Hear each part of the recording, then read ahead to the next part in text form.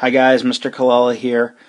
This week we're going to take a quick look at surface area. Now surface area is something you did discuss last year in 6th grade, and you did that with rectangular prisms like this one.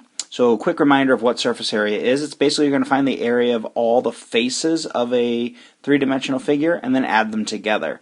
So faces, in case you forget, are kind of the flat two-dimensional surfaces on a three-dimensional figure.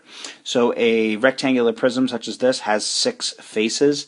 Just as a quick example, it has a left, right, front, back, top, and bottom. And if we were to kind of trace them, you should see here I have a right hand face, and it's going to match over here on the left, straight across from it, totally identical.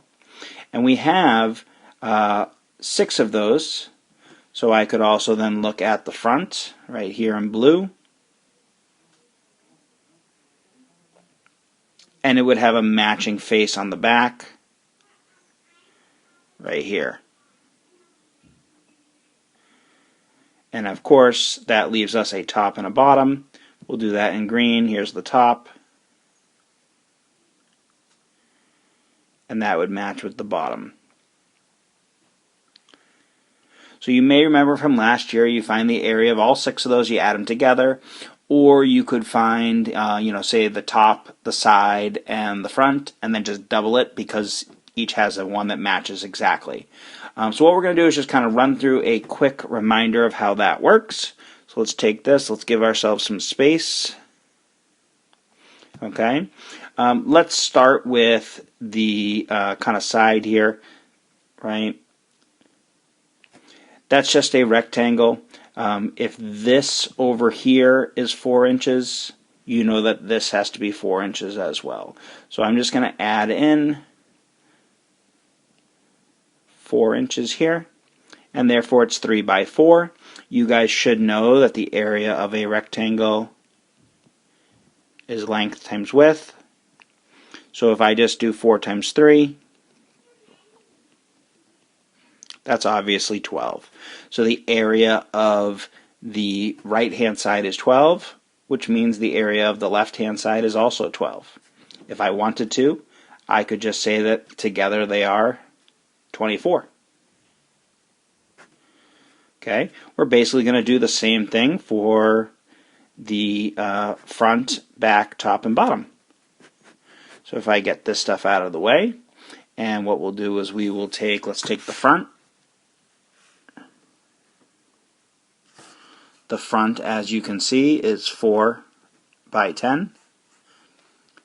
Really quick, plug in 4 and 10. 4 times 10 is obviously 40. So if the front is 40 and the back is 40, that's a total of 80 for the front and the back. We're going to simply do this one more time for the top and the bottom. The top and the bottom.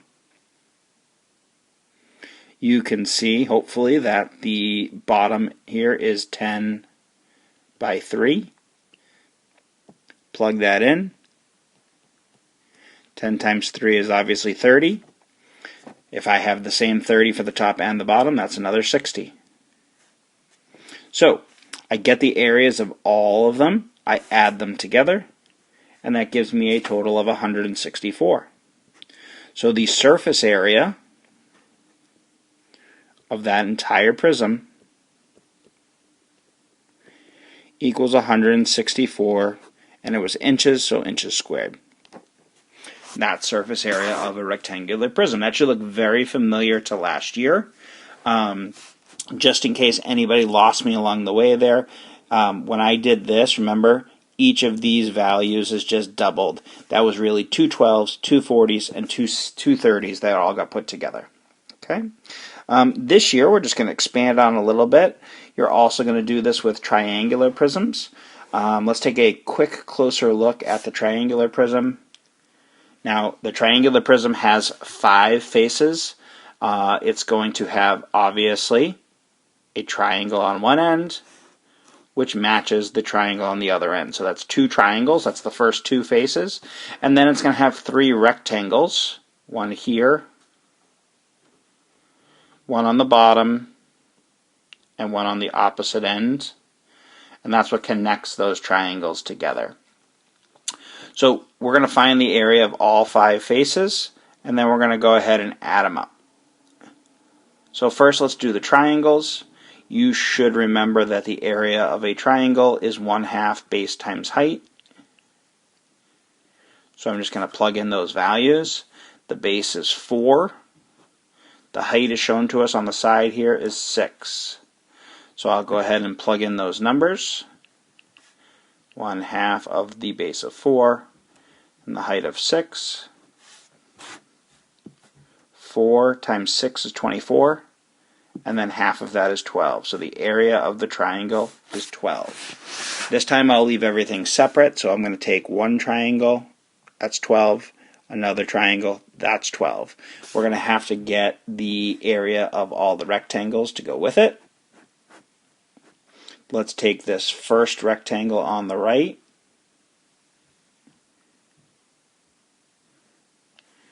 Okay, so when we look at this, we can see that this side on the left is 7, and it actually matches the side on the right, which is also 7. So when we find the area of that rectangle, it's a rectangle, so length times width, and it's 4 times, it is 12 times 7. 12 times 7 is of course 84. So I need to account for that as one of the faces. Luckily for us, this face on the right is going to match the same face on the left in this particular one. That's not always true for triangular prisms, but it is in this one. So all we need to do now is figure out the area of the bottom rectangle. Let's trace it in blue just to kind of help everybody out here. So that would be the bottom, that kind of what that triangular prism is resting on. You should hopefully see that it's 12 by 4. So I'm simply going to say that that rectangle, length times width, would be 12 times 4, which is of course 48. So we'll add 48 to our list over here. And my surface area is just going to be all of those things added up. So if I just add those all together, I should get 240, and it was centimeters, so centimeters squared. It's the same exact idea as rectangular prisms. We're just finding the area of all the faces, adding them up. Now, in 7th grade, your main focus is going to be the rectangular prisms again, as well as these triangular prisms, and then we start to kind of throw out at you what is called a composite figure. So a composite figure is basically when we take these different shapes and we put them together. So you can see here, this is kind of it's a cube, but a cube is a type of rectangular prism, and it has a pyramid on the top of it. A pyramid is basically consisting of sides of triangles. So here we have a cube with the pyramid on top, so we're going to find the faces of the cube and the faces of the pyramid. However, you probably notice that the top of the cube is covered by the bottom of the pyramid. So since neither one of those are visible, we don't count them as faces because you would not see them on the outside of the figure. So what we really need to do is just find the 4 sides of the cube and the bottom of the cube. Now luckily for us, those are all going to be the same. And then we also have to find the 4 triangles that would make up the outside of that rectangle. So let's do that. We're just going to find those, find the area of each, and then add them together. So luckily for us, the cube, all the measurements are the same. Each side of the cube is of course 6 by 6. So 6 times 6 for the area of that. And you guys obviously know that 6 times 6 is 36. So the area of one side of the cube, or one face of the cube, I should say, is 36. And we already said that we want to do the kind of the 4 walls and the bottom. We're not counting the top. So 36 times 5 is 180. So the cube part that we're counting for is 180. We're then going to find the area of the faces of the pyramid. Now, remember, we don't want the bottom of the pyramid because it's covered up. We only want the 4 triangles that are kind of going around the outside here. Luckily for us, they're all the same, so we just have to find the area once and multiply it by 4. So remember, the area of a triangle is 1/2 the base times the height. So 1/2 base times height. And if I look here, this has a base right here. And that has to be 6 because you see the 6 down here as well that it matches up with. So we have a base of 6 and a height of 4. So we are going to say that the area is equal to 1/2 of 6 times 4. 6 times 4 is, of course, 24, and half of that is 12. So we have an area of 12 for the triangle, and since there's 4 of them, we're simply going to say 12 times 4, which is, of course, 48. So we have 180 for the cube part and 48 for the triangles that make up that pyramid. I'm simply going to put those together. So 180 and 48 added together is, of course, 228. And this was inches, so it's going to be inches squared.